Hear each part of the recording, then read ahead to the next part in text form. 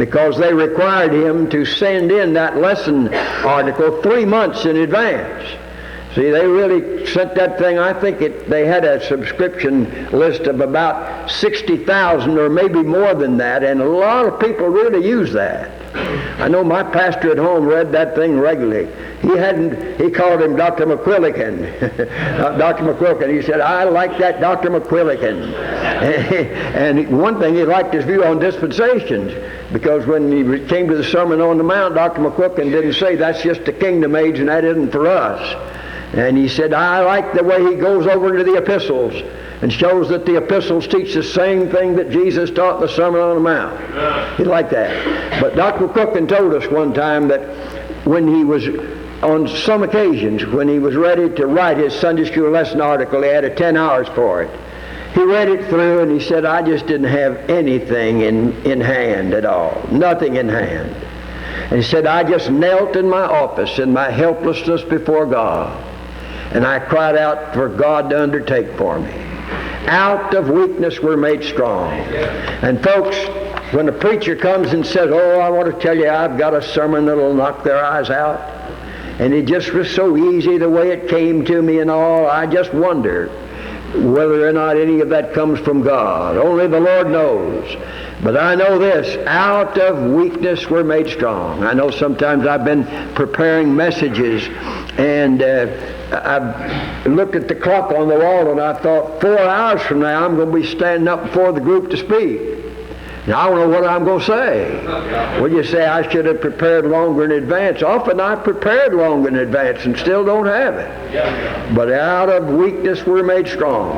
And that's one of the great messages in the book of Judges. I wonder if you noticed that for yourself, how the writer calls constant attention to the weak things which God used.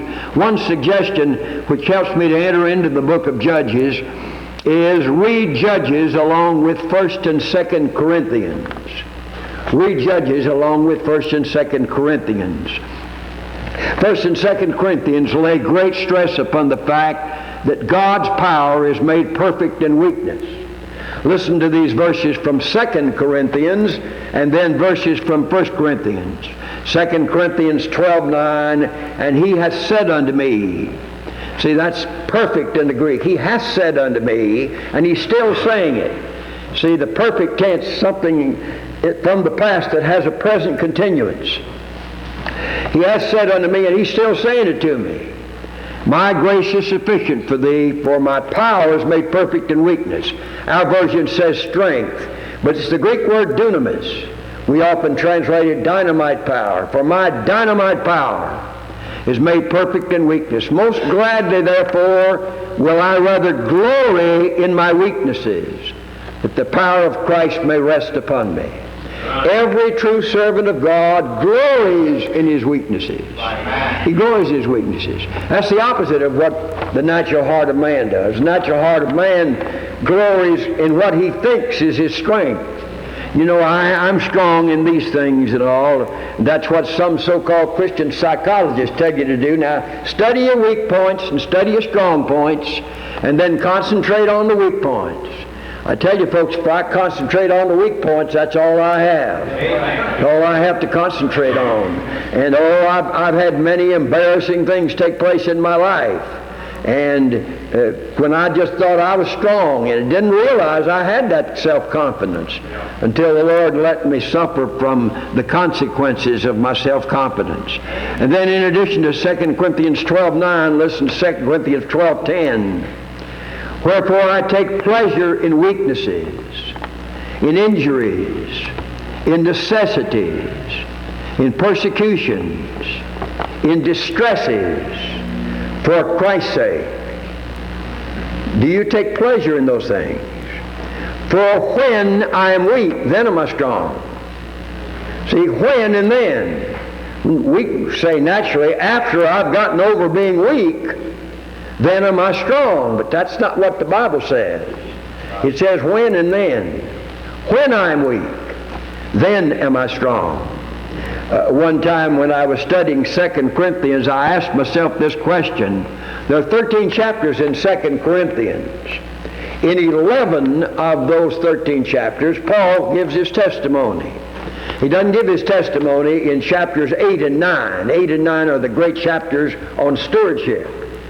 2 Corinthians 8 and 9. See, that's what's called the full mention, the exhaustive treatment of stewardship. 2 Corinthians 8 and 9. He doesn't mention his testimony there. But in 11 of the chapters, he gives his testimony. And in every one of those 11 chapters, he stresses his own weakness. All the way through 2 Corinthians. That's the great testimony that he gives. His weakness. And you can see what a powerful testimony that is, because people generally would consider Saul of Tarsus, the Apostle Paul, to be a very powerful man. Yet the thing that made him powerful was he recognized his weakness. When I am weak, then am I strong. Then listen to these verses from 1 Corinthians. 1 Corinthians 1:25. 1 Corinthians 1:25. Now you see, this is figurative language, relative language, but it's very real language. 1 Corinthians 1:25. The foolishness of God is wiser than men, and the weakness of God is stronger than men. The weakness of God is stronger than man. Some years ago I heard a minister quote this verse. The weakness of God is stronger than man. And then he said, but God hasn't promised us his weakness. He's promised us his strength. You see, this is figurative language. It's relative language, but it's very real language. It's very real language. The weakness of God is stronger than man. Then listen to 1 Corinthians 1:27 to 29. God chose the foolish things of the world, that he might put to shame them that are wise. And God chose the weak things of the world, that he might put to shame the things that are strong. And the base things of the world, and the things that are despised did God choose. Yea, and notice how strong this is, the things that are not, that he might bring to naught the things that are. He couldn't be stronger than that. What do you think of him? He just isn't. He just isn't. See, the things that are not. Folks, that's the exact opposite of what we naturally believe. And that's the exact opposite of what a great many earnest Christians believe. It's the opposite of what a great many earnest Christians believe. Oh, they come and say, oh yeah, that's a wonderful verse, that no flesh should glory before God. And then they plan their work in such a way as to appeal to strength rather than to weakness. I ask God to guide in my schedule the openings that he gives me. And I thank the Lord for any kind of opening he gives that may seem to be a little more pretentious than others. But I believe I can be honest when I say I thank God for every opening he gives me, that it doesn't seem to be pretentious. God has chosen the things that are not, that he might bring to naught the things that are. For instance, when I preach to a good many congregations have people who are fairly well educated. There are few independent Baptist churches where people would be considered quite educated according to human standard. But there are a good many independent Baptist churches where people are considered to be fairly well educated. And then there's some favorites, where people are not considered to be well educated. Most of them are quite poor, financially speaking. And somebody would say, well, don't spend too much time there. You get your leaders from some other group. Who said so? Who said so? God has chosen the things that are not to bring out things that are. One thing that concerns me on this is that a good many Christian schools that used to charge not too much have really upped their charges. And I tell you, some of them are expensive, really expensive. I know one was talking to me about Columbia Bible College. And he just said, I'd like to go to Columbia Bible College. I wasn't talking to him about going.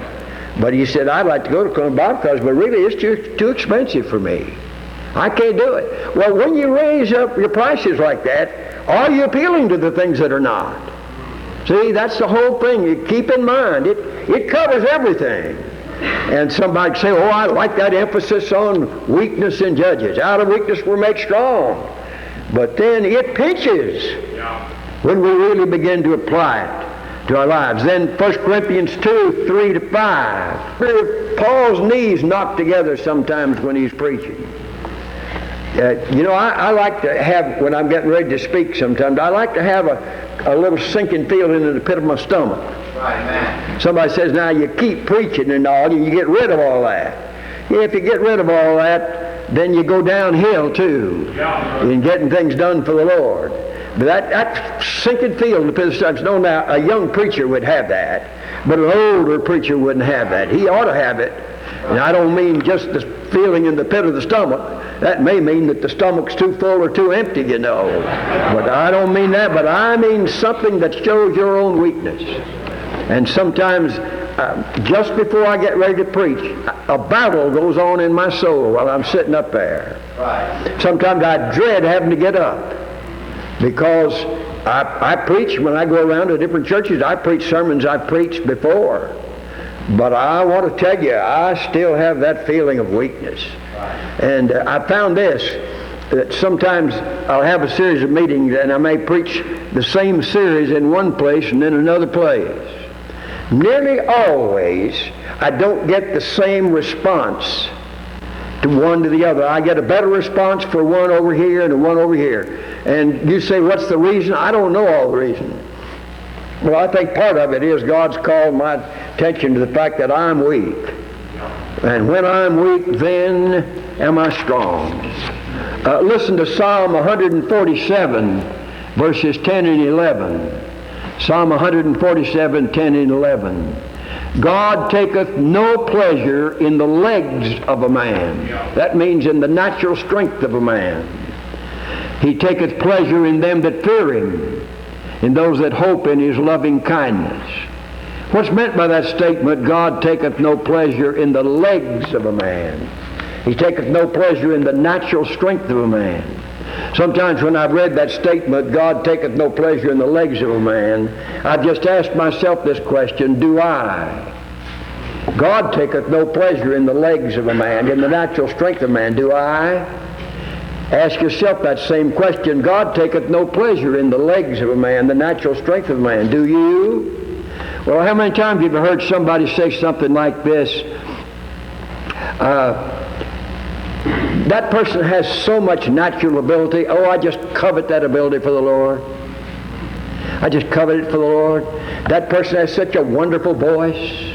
I covet that voice for the Lord. And often folks say, now dedicate that voice to the Lord. Dedicate that talent. No, don't you dedicate it to the Lord. You let the Lord crucify it. You let the Lord crucify it. And if he crucifies it, he may decide not to use it. You say, well, if a person has natural talent, he just must use it. God is the one who decides whether or not he's going to use it. And sometimes people never go forward in the Lord because they haven't let the Lord crucify their natural talents, their natural abilities. Oh, that's the opposite of what man naturally thinks. I just come to that over and over again. God taketh no pleasure in the legs of a man. And I just say, naturally I do. But by God's grace, I want to be delivered from it. And by God's grace, I want to see other Christians delivered from it too. Recently, when I was studying Judges, I came across this statement. It's a book by Markham, M-A-R-K-H-A-M. I think it's a man and his wife who just wrote a rather brief commentary on every book in the Bible. But it really has some tremendous things, suggestions, parallel passages, and comparing things one with the other. It was published over in England, and I've never seen any copy except the copy I have. I picked it up somewhere, I think, at a second-hand bookstore a long time ago, and I've had a great deal of help from it. And here's a quotation from Markham, M-A-R-K-H-A-M, our own inability is our great claim upon our almighty deliverer. Our own inability is our great claim upon our almighty deliverer. There's an old proverb which says that God can thresh a mountain with a worm. God can thresh a mountain with a worm. I think that comes right from the Bible. Isaiah 41, 14 and 15 means a lot to me. Isaiah 41, 14 and 15 says, fear not, thou worm Jacob. Now hold that, thou worm Jacob. And then it says in the 15th verse, I have made thee to be a new sharp threshing instrument having teeth. You don't think of a worm having teeth. But see, God takes this worm Jacob and gives him teeth. And then it says, he shall thresh the mountains. Thresh the mountain. That verse means a lot to me personally, because a good many years ago when I was at the Bible college, one time we had a special meeting of the faculty in August before the school year began, and we were facing certain things, and I had a message on my heart that I believed God wanted me to give, and I was very careful not to tell my wife ahead of time, because if I told her ahead of time, I was almost sure she would have said, no, Hub, now that's too strong. Don't you do that. That may cause you to lose your job. See? Don't you do it. So I waited until I was just ready to go. And then I sprung it on her, and I said, I'm going to pour out my heart. Oh, Hub, she said. Hub, what are you going to do? What are you going to do? Well, she just looked up to the Lord, and this verse came to her. It was Isaiah 41:15. I have made thee to be a new sharp threshing instrument having teeth. Somebody says, oh, you like to tell that. You think you're a nice sharp threshing instrument having teeth. No, notice to whom it was said. The 14th verse says, fear not thou worm Jacob. See, I can't claim that unless I take my place as the worm Jacob. See, God humiliates me twice there. He calls me a worm, and then he calls me Jacob. Jacob the deceiver, the heel snatcher. See, he humbles me twice there. I will make thee to be a new sharp threshing instrument having teeth. I might just say in passing that some people got mad at me at that time. They never got over it. Some told, I think Dr. Felice said, we're waiting for Mr. Sells to apologize. I said, they going to wait forever because I'm not going to apologize.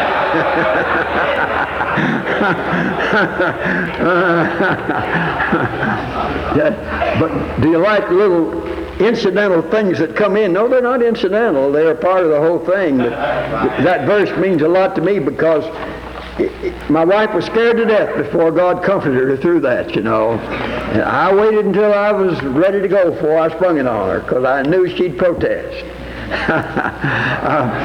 Dr. Henry Clay Trumbull, who founded the Sunday School Times, was the father of Charles G. Trumbull, editor of the Sunday School Times for many years, and he was a chaplain of the Union Army in Civil War days, and he wrote a book which is considered to be a great book on soul winning called Individual Work with Individuals. Have any of you ever seen that or read that book? It's considered a great book on personal soul winning. And he said in it one thing that's very revealing to me. He said, throughout the years, I have dealt in personal soul winning with approximately 10,000 people. About 10,000 people. Then he added this. The last one was as hard as the first. Right. Now that's the opposite of what a lot of people think. Right. See, no, it's easy now. If it's easy for you, folks, you aren't doing it right. See, if it's easy for me, I'm not doing it right. It's impossible for me to do it. And to me, that's one of the greatest blessings I've gotten from any book, anywhere. I dealt with 10,000. Somebody said, oh yeah, won't you tell me how you do it? You know, when people go around telling you how all the time, I feel like saying, brother, I believe you tell me how because you don't know how. And you think you know how. And if you think you know how, you'd better start all over again. Oh, I tell you. And have I ever begun to learn that the hard way through God reproving me many times in my life.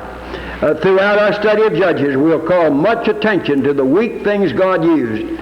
Out of weakness were made strong. Just you trace it now as you go through Judges on your own, and then when we come to the different individual characters, we'll give illustrations. Now I want to confine myself to one illustration of this truth. The illustration is the two judges who went out single-handedly against the Philistines.